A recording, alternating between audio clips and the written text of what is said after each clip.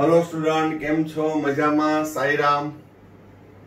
હવે લાસ્ટ લેક્ચરમાં આપણે ક્વોન્ટમ આંકમાં કોણીય વેગમાન ક્વોન્ટમ આંક એ પોઈન્ટ આપણો કન્ટિન્યુ હતો કે કોણીય વેગમાન ક્વોન્ટમ આંક એને એઝીમ્યુથલ ક્વોન્ટમ આંક પણ કહે છે, angular momentum quantum number.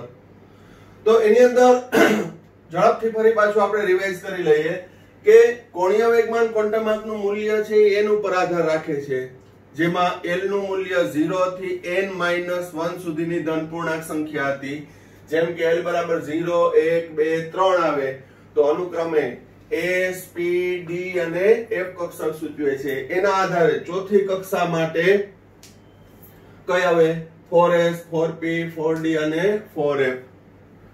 n બરાબર 3 લઈએ તો 0 1 2 થાય. 0 1 2 એટલે s p d, તો 3s 3p 3d. n બરાબર 2 લઈએ તો 0 અને 1 થાય, s અને p એટલે 2s અને 2p, આ 1s. ફરી એકવાર કહી દઉં કે અહીં પહેલી કક્ષામાં ફક્ત એક s જ કક્ષક આવેલી હોય છે, જ્યારે બીજી કક્ષામાં 2s અને 2p, s અને p કક્ષક આવેલી હોય. 2d શક્ય નથી. d કક્ષક ક્યાંથી શરૂ થશે? તો કે ત્રીજા ઊર્જા સ્તરથી, ત્રીજી કક્ષાથી 3s 3p 3d અને ચોથામાં 4s 4p 4d અને 4f. બીજા નંબરમાં મેં તમને એક ઇન્સ્ટન્ટ ક્વેશ્ચન પણ આપ્યો હતો, જેનો જવાબ તમારી સામે જ હતો કે m કક્ષામાં, m કક્ષા એટલે ત્રીજી કક્ષામાં કક્ષકોની સંખ્યા કેટલી? તો કે n² જેટલી, 9. અને n માં ઇલેક્ટ્રોનની સંખ્યા કેટલી? તો કે 32. કારણ શું? તો કે દરેક કક્ષકમાં બે બે ઇલેક્ટ્રોન સમાઈ શકે. તો અહીંયા 16 કક્ષકો છે, તો 16 દુને 32. s કક્ષક 1 હોય, p 3 હોય, d 5 હોય અને f 7 હોય. અને દરેકમાં ઇલેક્ટ્રોન કેટલા સમાય? અહીંયા 2 6 10 અને 14. જેની સાબિતી આપણે નેક્સ્ટ પોઈન્ટમાં કરશું. હવે કોણીય વેગમાન ક્વોન્ટમ આંકનો પોઈન્ટ આગળ વધારીએ કે કોણીય વેગમાન ક્વોન્ટમ આંકનું મૂલ્ય એ કક્ષકોની શક્તિ દર્શાવે છે. જેમ કે n+l ના મૂલ્ય દ્વારા કક્ષકોની સાપેક્ષ શક્તિ નક્કી કરી શકાય.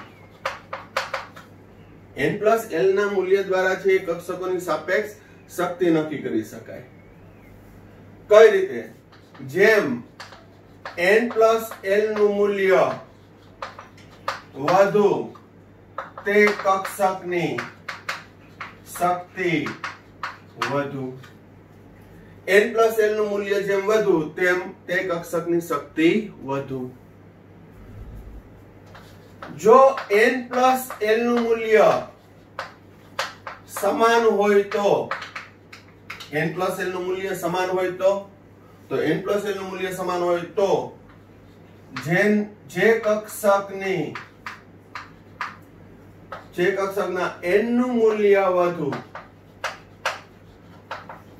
તેમ તે કક્ષકની શક્તિ વધુ. શું? n+l ના મૂલ્ય દ્વારા, એટલે એમાં n એટલે મુખ્ય ક્વોન્ટમ આંક છે, l એટલે કે કોણીય વેગમાન ક્વોન્ટમ આંક, આ બંનેના મૂલ્ય દ્વારા છે આપણે કક્ષકોની સાપેક્ષ શક્તિ નક્કી કરી શકાય. જેમ કે n+l નું મૂલ્ય વધુ આવે તો તે કક્ષકની શક્તિ વધુ. પણ કેટલીક વખત એવું બનશે કે n+l નું મૂલ્ય સમાન હોય તો કે n+l નું મૂલ્ય સમાન, તો જે કક્ષક માટે n નું મૂલ્ય વધુ, n મુખ્ય ક્વોન્ટમ આંકનું મૂલ્ય વધુ, તેની શક્તિ વધુ. હવે આ પોઈન્ટ સમજવા માટે આપણે એક એક્ઝામ્પલ લઈ લઈએ. દાખલા તરીકે 2s અને 2p લો. 2s અને 2p. હવે બરાબર ધ્યાન રાખજો. 2s આ n દર્શાવે છે, મુખ્ય ક્વોન્ટમ આંક. તો n નું મૂલ્ય કેટલું? n બરાબર 2. l નું મૂલ્ય કેટલું? l નું મૂલ્ય તો કે S કક્ષક હોય, S કક્ષક, તો S કક્ષક માટે L નું મૂલ્ય કેટલું છે 0, તો n plus L બરાબર 2 વત્તા 0 બરાબર 2. તો n plus L નું મૂલ્ય 2S કક્ષક માટે કેટલું આવ્યું તો કે 2. હવે 2p માટે જોઈએ તો n બરાબર કેટલા છે 2p માટે 2. L નું મૂલ્ય કેટલું હશે તો p કક્ષક હોય તો L નું મૂલ્ય કેટલું છે 1.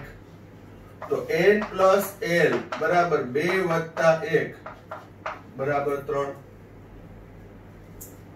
તો અહીં n plus L નું મૂલ્ય કેનું વધુ છે 2p નું. તો 2p ની શક્તિ 2s કરતા વધુ છે. 2p ની શક્તિ 2s કરતા વધુ છે. બરોબર, ખ્યાલ આવી ગયો. શું 2s અને 2p માં n અને l ના મૂલ્ય લઈ લેવાના. n એટલે તો એનો મુખ્ય ક્વોન્ટમ અહીંયા 2 છે, અહીંયા 2 છે. l નું મૂલ્ય અહીં l બરાબર 0 કારણ કે s કક્ષક છે. p હોય તો l બરાબર 1. 2 વત્તા 0 એટલે 2, 2 વત્તા 1 એટલે 3. બરોબર, ખ્યાલ આવ્યો. હવે બીજો નિયમ જોઈએ. દાખલા તરીકે 2p અને 3s લો. 2p અને 3s એમાં n નું મૂલ્ય કેટલું 2p માટે તો કે 2. l નું મૂલ્ય કેટલું તો કે 1. l નું મૂલ્ય 1. તો n plus l કેટલું થશે n plus l બરાબર 3. 3s માટે દર્શાવું તો 3s માટે n બરાબર 3, l બરાબર 0. તો n plus l નું મૂલ્ય કેટલું હશે 3 વત્તા 0 એટલે 3. તો n plus l ના મૂલ્ય 2p કક્ષક અને 3s કક્ષક બંને માટે સમાન આવ્યા. તો કે જો n plus l નું મૂલ્ય સમાન હોય તો જે કક્ષકમાં n નું મૂલ્ય વધુ તેની શક્તિ વધુ. તો અહીં બંનેના મૂલ્ય સમાન છે તો n નું મૂલ્ય કેનું વધુ તો મને દેખાય છે 3s નું. તો 3s ની ઊર્જા અથવા શક્તિ 2p કરતા કેવી છે વધુ. તો આમ n plus l ના મૂલ્ય દ્વારા છે શું નક્કી કરી શકાય જે તે કક્ષકોની સાપેક્ષ શક્તિ as compared to 2p ને 3s. બરોબર, તો કઈ રીતે ઊર્જા નક્કી થાય હજી આપણે એક બે ઉદાહરણ લઈ લઈએ.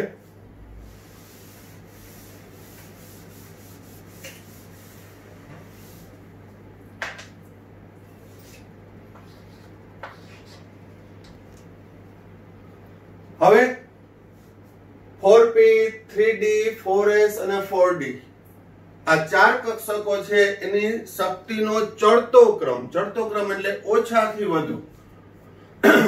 આ પ્રકારનો પ્રશ્ન છે એ એમસીક્યુ માં પૂછાઈ ગયેલો છે કે 4p 3d 4s 4d કોઈ પણ કક્ષકો આપેલી હોય એની શક્તિનો ચડતો ક્રમ અથવા ઉતરતો ક્રમ. ઉતરતો હોય તો વધુથી ઓછું, ચડતો ક્રમ હોય તો ઓછાથી વધુ. તો દરેક માટે n plus l નું મૂલ્ય જરૂરી છે. અહીંયા n બરાબર કેટલા છે તો કે 4. l નું મૂલ્ય p કક્ષક છે એટલે 1, ટોટલ 5. n plus l નું મૂલ્ય 5. 3d માટે n બરાબર કેટલું છે 3. l બરાબર d કક્ષક માટે l નું મૂલ્ય 2 છે તો અહીંયા 5. 4s n બરાબર કેટલા છે 4. l બરાબર 0. s કક્ષક હોય તો l નું મૂલ્ય 0, ટોટલ 4. n બરાબર કેટલા છે તો કે 4. l નું મૂલ્ય d કક્ષક માટે 2. તો હવે n plus l નું મૂલ્ય વધુ, n plus l નું મૂલ્ય વધુ તેની ઊર્જા વધુ એટલે 4d ની ઊર્જા સૌથી વધુ થશે. પણ આપણે ચડતો ક્રમ દર્શાવવાનો છે. ચડતો ક્રમ દર્શાવવાનો છે તો સૌથી ઓછી કેની તો કે n plus l નું મૂલ્ય સૌથી ઓછું એની ઊર્જા ઓછી. તો અહીં 4s ની સૌથી ઓછી તેનાથી વધુ કેની તો કે 4 થી વધુ હવે 5 આવે તો 5 માં તો 2 છે. તો હવે બરાબર ધ્યાન રાખજો આ બંનેમાં 3d અને 4p બંનેમાં n plus l નું મૂલ્ય 5 છે, સમાન હોય તો 4p ને 3d બંનેમાં ઊર્જા કેની વધુ હશે અને કેની ઓછી હશે તો કે n નું મૂલ્ય જેનું વધુ તેની ઊર્જા વધુ. તો તો પહેલા તો સૌથી ઓછામાં ઓછી લીધી 4s, પછી એનાથી થોડી વધુ કેની હોય તો કે 5 હોય એની, 4 કરતા 5, પણ 5 માં તો બે કેન્ડિડેટ છે, બે કક્ષક છે. તો હવે આ બંનેમાં વધુ કેની ને ઓછી કેની, તો કે અહીં 5 5 હોવાથી n નું મૂલ્ય જેનું વધુ તેની ઊર્જા વધુ, આની વધુ થશે, આની ઓછી થશે, આ બેની સાપેક્ષે. તો 4s થી વધુ 3d અને 3d થી વધુ 4p, 4s થી વધુ 3d અને 3d થી વધુ 4p અને સૌથી વધુ 4d. આ સિક્વન્સ લગાડવાનો તમારે, બરોબર. તો આને ચડતો ક્રમ કહેવાય, ઓછાથી વધુ. હવે ઉતરતો ક્રમ કહીએ તો 4d greater than 4p greater than 3d greater than 4s, સૌથી વધુ 4d ની, સૌથી ઓછી 4s ની. તો આ રીતે કોઈ પણ કક્ષક આપ્યો હોય તમે એનો નિયમ, કન્સેપ્ટ લગાડી, સિમ્પલ મેથ્સ લગાડી અને તમે કરી શકો છો, બરોબર. હવે કોણીય વેગમાન ક્વોન્ટમમાં L નું મૂલ્ય એ ઇલેક્ટ્રોન નું કોણીય વેગમાન દર્શાવે છે. આ કોણીય વેગમાન નું સૂત્ર mu બરાબર all under root L L plus 1 કૌંસની બહાર h upon 2 pi, h upon 2 pi, બરોબર. તો આ સૂત્ર પણ છે એ તમને કોમ્પિટિટિવ લેવલની એક્ઝામમાં છે ઉપયોગી બનશે. તો કોણીય વેગમાન ક્વોન્ટમમાં L નું મૂલ્ય એ ઇલેક્ટ્રોનનું કોણીય વેગમાન દર્શાવે છે. જેમ કે અહીં S કક્ષક માટેની વાત કરું તો S કક્ષક માટે L બરાબર કેટલું થાય? 0. S કક્ષક હોય તો L નું મૂલ્ય 0, તો અહીંયા 0 મૂકી દો તો ચાક માત્રા કેટલી થશે કોણીય વેગમાન? તો કે અહીંયા 0 મૂકો, આખું પદ 0 થઈ જાય, કૌંસની બહાર વર્ગમૂળની બહાર h upon 2 pi એ પણ 0 થઈ જશે. L નું મૂલ્ય 0 મૂકો, 0 into 0 વત્તા 1 ગુણ્યા 0 0 અને 0 ગુણ્યા h upon 2 pi એટલે 0. p કક્ષક માટેની વાત કરું કે p કક્ષકમાં રહેલા ઇલેક્ટ્રોન માટે કોણીય વેગમાન ક્વોન્ટમાંક નું મૂલ્ય કેટલું? તો L બરાબર 1 લખું, L બરાબર 1 લખું તો શું થશે? 1 વત્તા 1 કૌંસની બહાર રૂટની બહાર h upon 2 pi root 2h upon 2 pi. બીજું સાદુરૂપ આપું તો આ રૂટ 2 છે, આ 2 છે, તો h upon રૂટ 2 pi. બે ઓપ્શન આપી શકે. હવે આ સ્ટેપ મારે સમજવાની જરૂર પડવી જોઈએ નહીં. રૂટ 2 by 2 એટલે શું આવશે? 1 by રૂટ 2. D કક્ષક માટેની વાત કરું તો D કક્ષક માટે L બરાબર કેટલું છે? તો કે 2. તો mu બરાબર 2 વત્તા 1 રૂટની બહાર h upon 2 pi 3 દુ 6 રૂટ 6 h by 2 pi. આનું સાદુરૂપ આપો તો all under root 3 by 2 h upon pi. બરોબર, આ સાદુરૂપ આવી શકે. તો આ સૂત્ર દ્વારા તમે ગમે તે કરી શકો, ખાસ યાદ રાખજો. આમ કોણીય વેગમાન ક્વોન્ટમાંક દ્વારા કોણીય વેગમાન નક્કી થઈ શકે, કક્ષકોનો પ્રકાર નક્કી થઈ શકે, કક્ષકોનો આકાર પણ નક્કી થઈ શકશે. પ્રકારમાં ફરી એકવાર કહી દઉં, L નું મૂલ્ય 0 તો S કક્ષક, L નું મૂલ્ય 1 તો P કક્ષક, L નું મૂલ્ય 2 તો D કક્ષક, L નું મૂલ્ય 3 તો F કક્ષક. તો કોણીય વેગમાન ક્વોન્ટમાંક ખૂબ જ અગત્યનો છે. કોણીય વેગમાન ક્વોન્ટમાંકના મૂલ્યના આધારે જે તે કક્ષકોની સાપેક્ષ શક્તિ પણ નક્કી કરી શકાય. હવે નેક્સ્ટ ક્વોન્ટમાંક ત્રીજો, ચુંબકીય ક્વોન્ટમાંક. તો કોઈ પણ વીજભારિત કણ જ્યારે ગતિમાં હોય ત્યારે તેમાં ચુંબકીય ક્ષેત્ર ઉત્પન્ન થાય છે. આવું તમે આગળના ધોરણમાં ઓસ્ટેડનો પ્રયોગ ભણી ગયા હશો કે એક વાહક તાર માંથી વિદ્યુત પ્રવાહ પસાર થતો હોય, વિદ્યુત પ્રવાહ એટલે ઇલેક્ટ્રોનનો પ્રવાહ, અને તેની બાજુમાં સોયાકાર ચુંબક રાખેલું હોય તો એ કોણાવર્તન પામે છે. કારણ શું? તો કે વાહક તારમાંથી વિદ્યુત પ્રવાહ પસાર થાય છે, એટલે કે ઇલેક્ટ્રોનનો પ્રવાહ પસાર થાય છે, જેને લીધે છે અહીં બાજુમાં રાખેલી સોયાકાર ચુંબક છે કોણાવર્તન પામે છે, ભ્રમણ પામે છે. એનો મતલબ કે વાહક તારમાંથી પસાર થતા કણો એને લીધે મેગ્નેટિક ફિલ્ડ ચુંબકીય ક્ષેત્ર ઉત્પન્ન થાય છે. તો કોઈ પણ ઋણ વીજભારિત કણ જ્યારે ગતિમાં હોય ત્યારે એમાં ચુંબકીય ક્ષેત્ર ઉત્પન્ન થાય, અને આ ચુંબકીય ક્ષેત્રના ચુંબકત્વનું મૂલ્ય, આ મેગ્નેટિઝમનું મૂલ્ય છે એ ચુંબકીય ક્વોન્ટમાંક દ્વારા દર્શાવાય છે. શું? તો કે કોઈ પણ ઋણ વીજભારિત કણ જ્યારે ગતિમાં હોય ત્યારે એમાં ચુંબકીય ક્ષેત્ર ઉત્પન્ન થાય. તો ઇલેક્ટ્રોન પણ કેન્દ્રની ફરતે વર્તુળાકાર માર્ગમાં ગતિ કરે છે.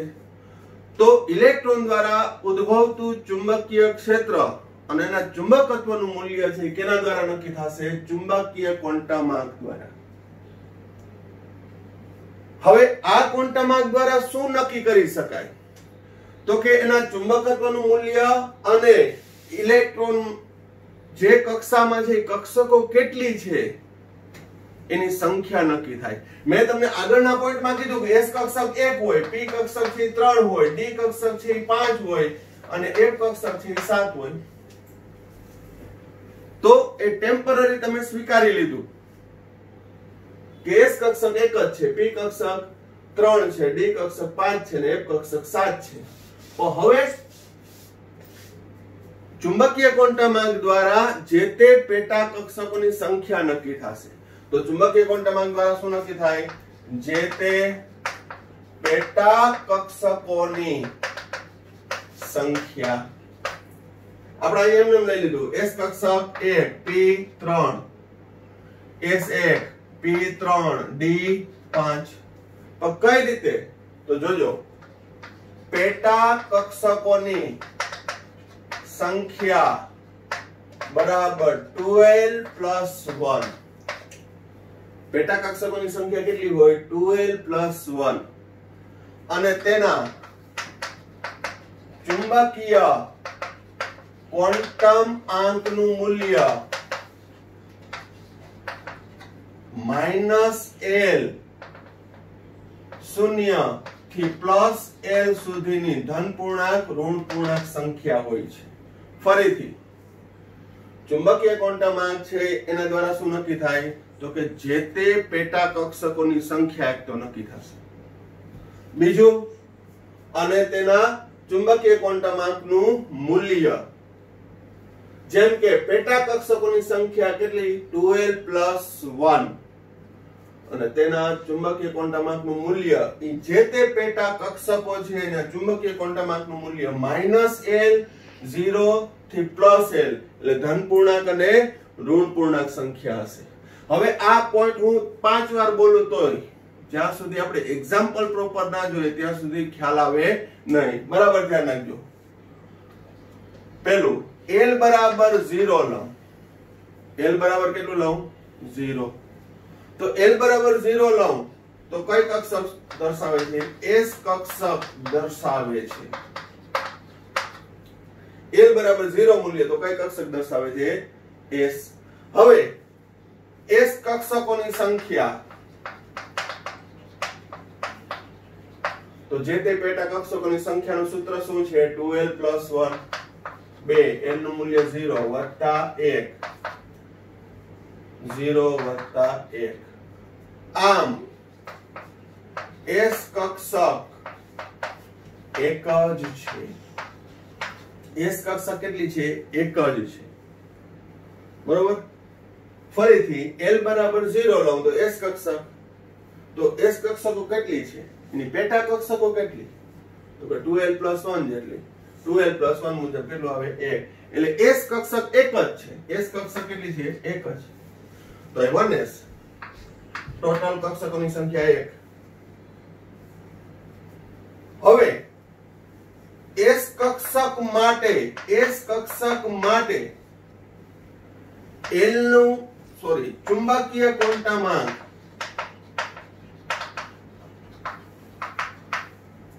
એમ નું મૂલ્ય કેટલું થશે? એમ નું મૂલ્ય તો તેનું મૂલ્ય -l 0 થી +l. હવે એસ કક્ષક માટે l કેટલા છે? એસ કક્ષક માટે l કેટલું છે? 0. તો -0 0 +0 0 ને ક્યારે માઈનસ પ્લસ લખાય? તો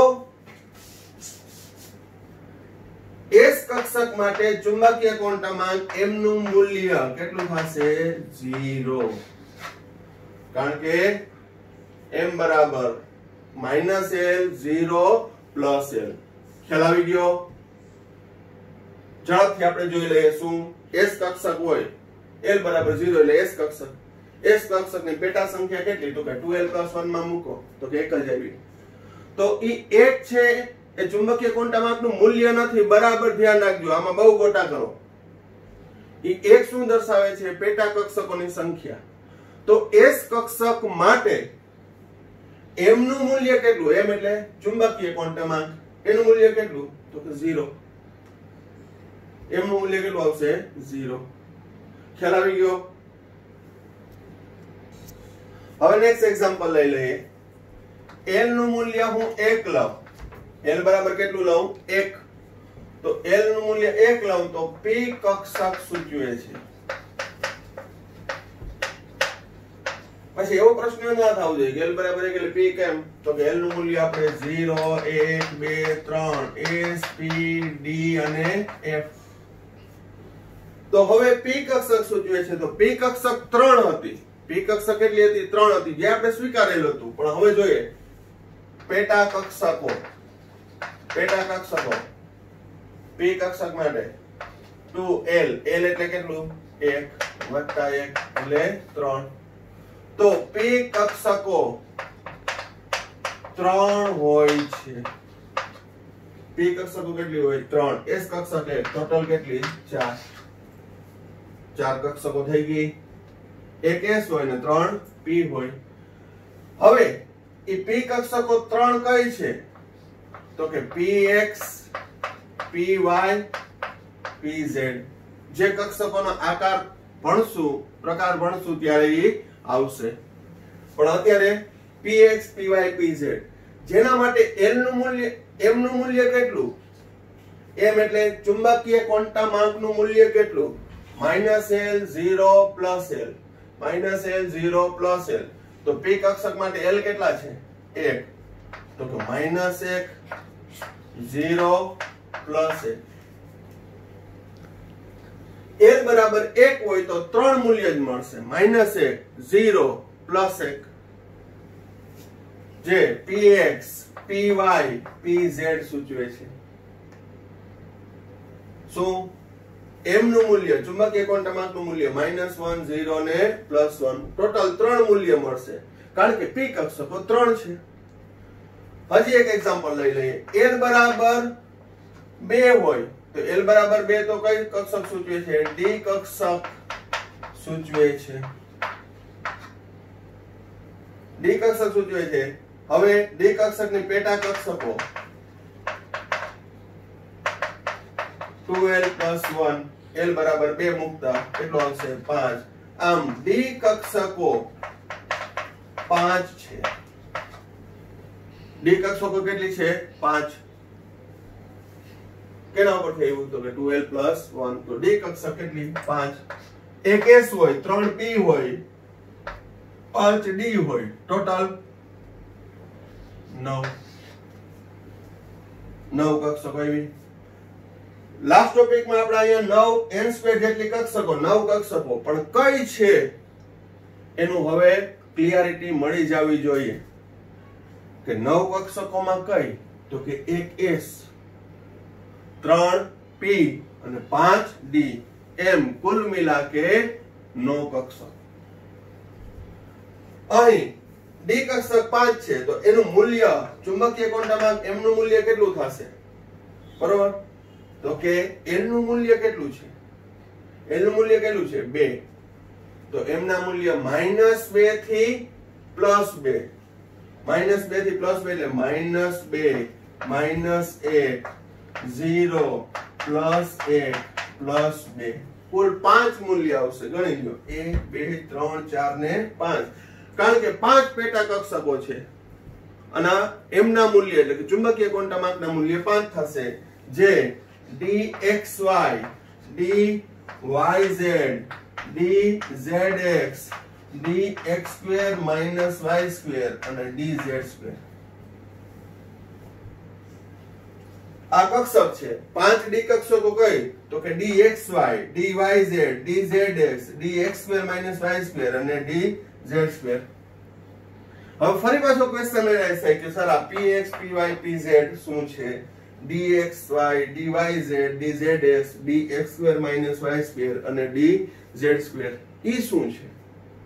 તો એ કક્ષકોના પ્રકાર છે, એના આકાર પણ ભણશું કે p કક્ષક px py pz શા માટે કહેવાણી, આ dxy yz zx x2 y2 અને dz2 કેમ કહેવાણી એ રિસન્ટલી આગળના ટોપિક ની અંદર આપણે ભણશું. બરોબર. પણ ફરી એકવાર હું તમને કહી દઉં, ચુંબકીય ક્વોન્ટમાંક તો કે જ્યારે ઋણ વીજભારિત કણ ગતિમાં હોય ત્યારે ચુંબકીય ક્ષેત્ર ઉત્પન્ન થાય અને તેના ચુંબકત્વનું મૂલ્ય ચુંબકીય ક્વોન્ટમાંક દ્વારા દર્શાવાય છે. ઇલેક્ટ્રોન વર્તુળાકાર માર્ગમાં પરિભ્રમણ કરે એટલે એ પણ ચુંબક તરીકે વર્તે છે અને એના ચુંબકીય ક્ષેત્રનું ચુંબકત્વનું મૂલ્ય ચુંબકીય ક્વોન્ટમાંક દ્વારા દર્શાવાય. ચુંબકીય ક્વોન્ટમાંક શું સૂચવે છે તો કે જે તે કક્ષકો છે એની પેટા કક્ષકોની સંખ્યા અને તેનું મૂલ્ય સૂચવે છે. પણ અહીં મેં m અને સ્મોલ l લખ્યું છે કારણ કે ચુંબકીય ક્વોન્ટમાંક m નું મૂલ્ય l ઉપર આધાર રાખે છે. જેમ કે જે તે પ્રકારની પેટા કક્ષકોની સંખ્યા કેટલી તો કે 2l + 1, જ્યાં l એટલે કે કોણીય વેગમાન ક્વોન્ટમાંક, અને m બરાબર એટલે કે ચુંબકીય ક્વોન્ટમાંકનું મૂલ્ય કેટલું તો -l થી +l, શૂન્ય સહિતની ધન પૂર્ણાંક ઋણ પૂર્ણાંક સંખ્યા. એમાં આપણે એક્ઝામ્પલ લીધું કે l બરાબર 1 હોય તો p કક્ષક, તો p ની પેટા 3 કક્ષકો છે. કઈ રીતે ખબર પડી તો કે 2l + 1 માં મૂકી દીધું, 2l + 1 માં મૂકી દીધું.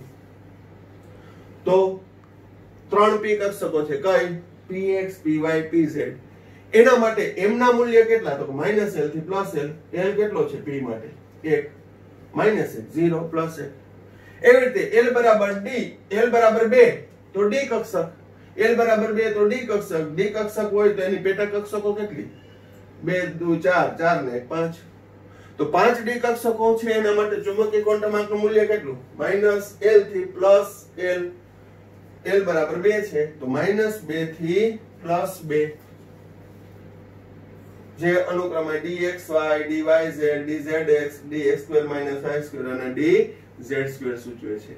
આમ ચુંબકીય ક્વોન્ટમાંક દ્વારા જે તે પ્રકારની પેટા કક્ષકોની સંખ્યા નક્કી થઈ શકે, કક્ષકોનું સ્થિતિ સ્થાન પણ નક્કી થઈ શકશે. ત્યાં px છે તો x અક્ષ ઉપર હશે, py છે તો y અક્ષ ઉપર આવેલી હશે, pz એટલે z અક્ષ ઉપર આવેલી હશે, dxy એટલે xy સમતલની વચ્ચે આવેલી હશે. પણ આ બધી હું ચર્ચા ક્યારે કરી શકું તો કે જ્યારે કક્ષકોના આકાર ભણાવીશ ત્યારે. બરોબર. પણ ચુંબકીય ક્વોન્ટમાંકમાં આપણે આટલું રાખીએ છીએ. હવે 3 ક્વોન્ટમાંકની આપણે સવિસ્તાર ચર્ચા કરીએ. મુખ્ય ક્વોન્ટમાંક, ત્યારબાદ કોણીય વેગમાન ક્વોન્ટમાંક અને ચુંબકીય ક્વોન્ટમાંક. તો મુખ્ય ક્વોન્ટમાંક દ્વારા કક્ષકોનો કક્ષા ક્રમાંક, ઊર્જા સ્તર, ઇલેક્ટ્રોનની ઊર્જા, કેન્દ્રથી અંતર નક્કી કર્યું. કોણીય વેગમાન ક્વોન્ટમાંક દ્વારા શું નક્કી કર્યું?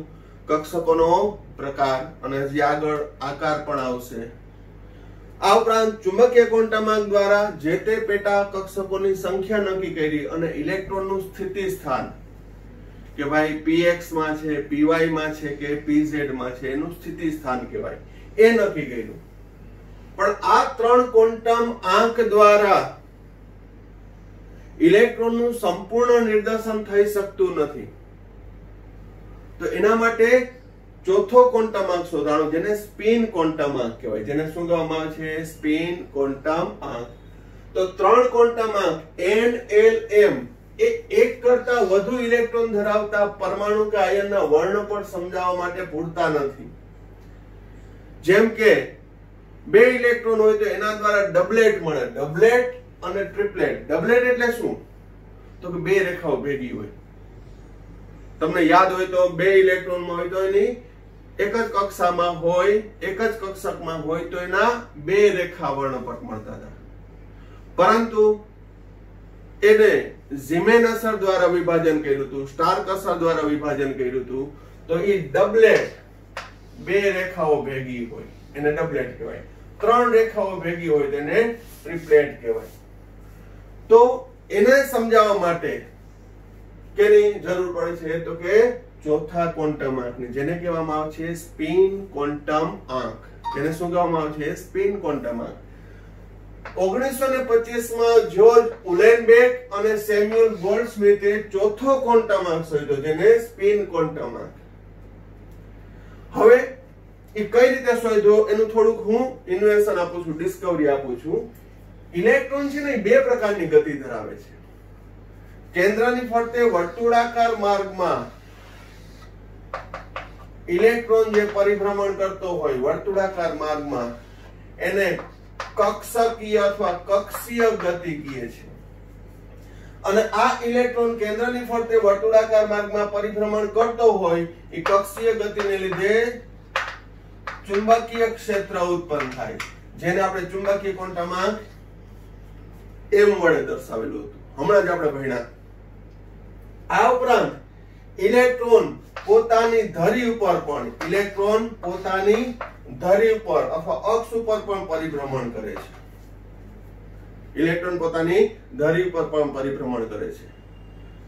સિમિલરલી જે હું સોલાર સિસ્ટમ ની વાત કરું તો ગ્રહો છે એ સૂર્યની ફરતે વર્તુળાકાર માર્ગમાં પરિભ્રમણ કરે છે અને પોતાની ધરી ઉપર પણ પરિભ્રમણ કરે છે.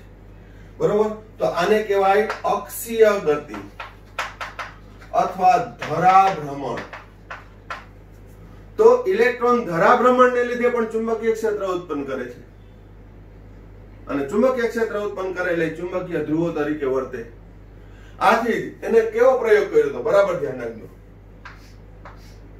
વિષમાન ચુંબકીય ક્ષેત્ર N અને S, એમાં હાઇડ્રોજનનો અણુ, બરાબર ધ્યાન રાખજો, હાઇડ્રોજનનો અણુને ઇલેક્ટ્રોન રચના હું દર્શાવું તો એક ઇલેક્ટ્રોનની ગોઠવણી. પણ એક ઇલેક્ટ્રોનની ગોઠવણીને અમે વિરુદ્ધ દિશામાં રાખ્યા છે કારણ કે બંનેના ધરાભ્રમણ જુદા હશે. હાઇડ્રોજન અણુ એમાંથી હાઇડ્રોજન પરમાણુ બન્યો, અણુનું વિભાજન થયું, પરમાણુ બન્યો. હવે આ મેં વિરુદ્ધ દિશામાં કેમ ઇલેક્ટ્રોન રાખ્યા? આ ઇલેક્ટ્રોન છે પણ મેં વિરુદ્ધ દિશામાં દર્શાવ્યા. શું કામ? તો કે જ્યારે એને ચુંબકીય ક્ષેત્રમાંથી પસાર કર્યું ને તો એક ગયો n ધ્રુવ તરફ, બીજો ગયો s ધ્રુવ તરફ. તો અહીં 2 હાઇડ્રોજનની જ વાત કરું, ખાલી 2 હાઇડ્રોજનની. હવે 2 હાઇડ્રોજનના ધરાભ્રમણ તમે કહો એક જ દિશામાં રાખ્યા હોત તો એક જ દિશામાં રાખ્યા હોત તો ભ્રમણ એક જ દિશામાં થાત, એક જ દિશામાં થાત તો કાં તો એ s તરીકે વર્તે અથવા તો n તરીકે વર્તે. ઇલેક્ટ્રોન બંને કાં તો s તરીકે વર્તે અથવા n તરીકે. તો બંને હાઇડ્રોજન પરમાણુ કોઈ એક જ ચુંબકના છેડા તરફ કાં તો n કાં s તરફ આકર્ષાત. ધારો કે આ s હોત, હાઇડ્રોજન પરમાણુમાં રહેલો ઇલેક્ટ્રોન s ધ્રુવ ધરાવતો હોય તો n તરફ આકર્ષાત, જો n હોત તો s તરફ આકર્ષાત. પણ થયું શું? તો કે 2 હાઇડ્રોજન પરમાણુની જ વાત કરું ને, અણુમાંથી છૂટા પડેલા 2 હાઇડ્રોજન પરમાણુ એક n તરફ ગયા, બીજા s તરફ ગયા. તો એનો મતલબ એમાં 2 ઇલેક્ટ્રોન છે એના ધરાભ્રમણ, અક્ષીય ભ્રમણ સમાન નથી. તો અહીં ધારો કે ઉપરની દિશામાં અથવા તો જમણી બાજુ ભ્રમણ હતું, જમણી બાજુ એના સ્પિન ક્વોન્ટમ આંકનું મૂલ્યને +1/2 દર્શાવ્યું અને એનાથી વિરુદ્ધ ડાબી બાજુ હતું એને સ્પિન ક્વોન્ટમ આંક -1/2 વડે દર્શાવ્યા. તો અહીં સ્પિન ક્વોન્ટમ આંકના બે મૂલ્ય થયા. ક્યાં? +1/2 -1/2. હવે મેં એ કીધું કે જમણી બાજુ પરિભ્રમણ હોય અથવા ક્લોકવાઇઝ હોય, ક્લોકવાઇઝ તો એને +1/2 કીધું, એન્ટી ક્લોકવાઇઝ હોય એને -1/2 કીધું. પણ આ ધારેલું છે. તમે એમ કહો કે અહીં ક્લોકવાઇઝ હોય એને મારે -1/2 કેવું છે તો તમે કહી શકો. એન્ટી ક્લોકવાઇઝ છે એને +1/2 એવું છે તો કહી શકો. પણ એક જ કક્ષકમાં બે ઇલેક્ટ્રોન હોય તો એકનું પરિભ્રમણ +1/2 બીજાનું -1/2. એટલે એક ઇલેક્ટ્રોન માટે S કક્ષકનું મૂલ્ય +1/2 થશે તો બીજાનું કેવું થશે? -1/2. બંનેના સમાન નહીં હોય, આનું +1/2 આનું +1/2 અથવા -1/2. સો કોઈ પણ કક્ષકમાં બે ઇલેક્ટ્રોન હોય તો એકનું +1/2 થશે બીજાનું -1/2. કારણ કે એક જ દિશામાં બંને ગોઠવાઈ શકશે નહીં કે બેયના +1/2 અથવા બેયના -1/2 નહીં. એક જ કક્ષકમાં રહેલા બે ઇલેક્ટ્રોનના સ્પિન ક્વોન્ટમાંક છે એ એકનું +1/2 હોય એકનું -1/2 હોય. તો જે બે ઇલેક્ટ્રોનને સારી રીતે જુદા પાડી શકીએ. જે હું ઇલેક્ટ્રોનના નિયમો ભણાવીશ ને તેમાં આવશે. તો ફરીથી જોઈ લઈએ સ્પિન ક્વોન્ટમાંક શું છે. તો કે NLM ના મૂલ્ય દ્વારા છે વર્ણપટને સંપૂર્ણ સમજાવી શકતા નથી. કારણ કે એક જ કક્ષકમાં બે ઇલેક્ટ્રોન હોય તો એનો અલગ કેમ પાડવા? કારણ કે બે ઇલેક્ટ્રોન હોય તો ડબલેટ મળે, ટ્રિપલેટ, 3 ઇલેક્ટ્રોન હોય તો ટ્રિપલેટ મળે. તો એ બેનું આઇસોલેટ કેમ કરવું? તો એના માટે છે એ જ્યોર્જ ઉલેનબેક અને સેમ્યુઅલ ગોલ્ડસ્મિથે ચોથો ક્વોન્ટમાંક શોધ્યો જેને સ્પિન ક્વોન્ટમાંક તરીકે દર્શાવવામાં આવે છે. કારણ શું? તો કે ઇલેક્ટ્રોન છે બે પ્રકારની ગતિ ધરાવે છે, કક્ષીય અને અક્ષીય. અક્ષીય એટલે ધારાભ્રમણ, કક્ષીય એટલે કેન્દ્રની ફરતે, અક્ષીય એટલે પોતાની ધરા ઉપર. હવે કક્ષીય ગતિને લીધે ચુંબકીય ક્વોન્ટમાંક ઉદ્ભવ્યું, જ્યારે ધરાભ્રમણ અથવા અક્ષીયને લીધે સ્પિન ક્વોન્ટમાંક ઉદ્ભવ્યું. આ સ્પિન બે દિશામાં આવે, ક્લોકવાઇઝ સમઘડી દિશામાં અથવા વિષમઘડી દિશામાં. બીજા નંબરમાં કહું જમણી બાજુ અથવા ડાબી બાજુ. તો અહીં સ્પિન ક્વોન્ટમાંકના બે મૂલ્ય, એક ઇલેક્ટ્રોનનું +1/2 તો બીજાનું -1/2. બરોબર? તો અહીં ચારે ચાર ક્વોન્ટમાંકના ચોક્કસ આપણે ધન પૂર્ણાંક, ઋણ પૂર્ણાંક, શૂન્ય સંખ્યા, અપૂર્ણાંક, ધન અપૂર્ણાંક, ધન ઋણ અપૂર્ણાંક આ બધા મૂલ્ય દર્શાવ્યા. તો એ એક ઇલેક્ટ્રોન અથવા એક કરતા વધુ ઇલેક્ટ્રોનને દર્શાવવા માટેના આ ક્વોન્ટમાંક હતા. હવે આપણે નાનકડા એક્ઝામ્પલ દ્વારા આપણે જોશું કે એ ઇલેક્ટ્રોનને કઈ રીતે અલગ કરવા, એના મૂલ્ય કઈ રીતે દર્શાવવા, એ આપણે નેક્સ્ટ એક્ઝામ્પલમાં જોઈએ. હવે આ ક્વોન્ટમાંક રિલેટેડ આપણે MCQ ની ચર્ચા કરીએ, પણ પહેલા એ નાનકડું જેમાં N, L, M અને S નું મૂલ્ય દર્શાવો એ બધું આવી જાય. બરાબર ધ્યાન રાખજો. અહીંયા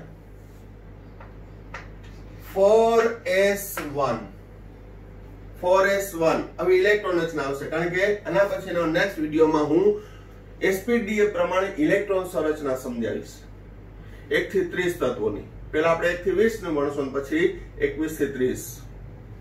પણ અહીં આપણે છતાં પણ થોડુંક એડવાન્સ લેવલ લઈએ. 4s1 એનો મતલબ 4s કક્ષકમાં એક ઇલેક્ટ્રોન રહેલો છે. તો એના માટે N, L, M અને S ના મૂલ્ય જણાવો. તો જોજો 4s છે, 4s તો n બરાબર કેટલો આવશે? 4. l નું મૂલ્ય કેટલું આવશે? તો 0. ફરી એક ને એક વાત, 0 કેમ? l બરાબર 0, 1, 2, 3 અનુક્રમે S, P, D અને F. હવે l નું મૂલ્ય 0 તો m નું મૂલ્ય કેટલું? તો m નું મૂલ્ય કેટલું? -l, 0 + l. ઓલું 2l+1 શું છે? 2l+1 તો કે 2l+1 એ જે તે પેટા કક્ષકોની સંખ્યા દર્શાવે છે. જ્યારે m એટલે શું છે? ચુંબકીય ક્વોન્ટમાંકનું મૂલ્ય કેટલું? -l થી પ્લસ l, તો l કેટલો છે? s કક્ષક માટે l 0, તો એમાં કેટલો થશે? 0. હવે s નું મૂલ્ય કેટલું? તો કે 1 ઇલેક્ટ્રોન છે, તો s નું મૂલ્ય પ્લસ ઓર માઈનસ 1/2. s નું મૂલ્ય કેટલું આવશે? Plus or minus 1/2. તમે કહો મારે પ્લસ 1/2 કેવું તોય સાચું, તમે કહો મારે માઈનસ 1/2 કેવું તોય સાચું. કારણ શું? 1 ઇલેક્ટ્રોન છે એટલે. હવે બીજું ઉદાહરણ લઈએ કે 2s2, બરાબર ધ્યાન રાખજો, 2s2, તો એના માટે n બરાબર કેટલા? 2. n નું મૂલ્ય તો કે 0, s કક્ષક છે એટલે n નું મૂલ્ય 0, m બરાબર 0. પણ અહીં 2s કક્ષકમાં 2 ઇલેક્ટ્રોન છે, તો 2 ઇલેક્ટ્રોન માટે s ના 2 મૂલ્ય આવશે. એકનું પ્લસ 1/2 આવે તો બીજાનું કેવું આવશે? માઈનસ 1/2. આ 2 ઇલેક્ટ્રોન છે, 2 ઇલેક્ટ્રોન માં એકનું પ્લસ 1/2 હશે, એકનું માઈનસ 1/2. બરોબર? તો આ રીતે છે એ ક્વોન્ટમાંક n, l, m અને s દ્વારા છે 2 ઇલેક્ટ્રોન ને અલગ કરી શકાય. બાકીના 3 મૂલ્યો તો કેવા આવ્યા? સમાન આવ્યા. તો 3 ક્વોન્ટમાંક દ્વારા 2 ઇલેક્ટ્રોન ને સંપૂર્ણ અલગ કરી શકાતા નથી, કારણ કે 2s માં રહેલા 2 ઇલેક્ટ્રોન માટે n, l, m ના મૂલ્ય તો સમાન જ છે. 2 ઇલેક્ટ્રોન માટે, કારણ કે બંને ઇલેક્ટ્રોન કેમાં રહેલું છે? 2s માં. 2s માટે n બરાબર 2, l બરાબર 0, m બરાબર 0. પણ જુદાપણું ક્યાં આવ્યું? તો કે તેના ભ્રમણમાં. એકનું ડાબી બાજુ તો બીજાનું જમણી બાજુ, એકનું ક્લોકવાઇઝ તો બીજાનું એન્ટી ક્લોકવાઇઝ. ખ્યાલ આવે છે? તો અવાજ MCQ ઘણા બધા આપણે નેક્સ્ટ લેક્ચરમાં સ્ટાર્ટ કરશું આના રિલેટેડ ક્વોન્ટમાંક. પણ ઈ પહેલા તમારે ક્વોન્ટમાંક છે સ્ટ્રોંગલી કરી નાખજો. કાઈ પણ નાનો પોઈન્ટ ના ખ્યાલ આવ્યો તો પૂછી લેજો. અને હવે આજનો ઇન્સ્ટન્ટ માં એક તમને ક્વેશ્ચન આપવો છે.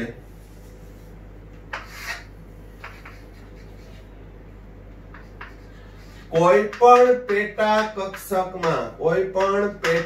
કક્ષકોમાં ઇલેક્ટ્રોનની મહત્તમ સંખ્યા ખાલી જગ્યા થશે 2n + 1, બીજું 2n², ત્રીજું 4l + 2, ચોથું 4l + 4. આ 4 ઓપ્શન પણ આપું છું. ઘણીવાર આપણે આળસ થતી ગણવું નથી, તો હું તમને રેડીમેડ ઓપ્શન આપું છું. પણ બધાય જવાબ આપવાનો પ્રયત્ન કરજો. ABCD કોમેન્ટ બોક્સમાં લખો અથવા તો મને પર્સનલ મેસેજ કરો, પણ ટ્રાય કરજો. કોઈ પણ પેટા કક્ષકોમાં ઇલેક્ટ્રોનની મહત્તમ સંખ્યા અથવા તો કુલ સંખ્યા ખાલી જગ્યા થશે તો એ કયા સૂત્ર દ્વારા દર્શાવી શકાય? આ ક્વેશ્ચન હું નેક્સ્ટ લેક્ચરની અંદર છે એ પેલા સોલ્વ કરાવીશ અને આગળના MCQ ની ચર્ચા કરશું. તો આ વિડીયોમાં આપણે અહીંયા સુધી રાખીએ છીએ. ક્વોન્ટમાંક બરાબર રિવિઝન કરજો. Thank you. સાઈરામ.